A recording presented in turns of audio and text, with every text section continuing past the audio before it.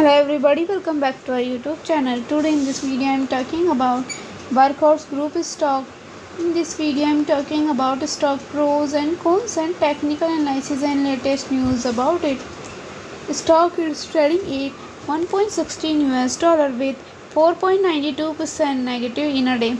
We can easily see stock was volatile for a day. The volume of stock was recently not all-time high. So the fundamental stock is not better for today. Before buying and selling the stock, please consult your financial advisor. Today's video is done. Thanks for watching. Please subscribe my YouTube channel and like the video and also comment all related queries.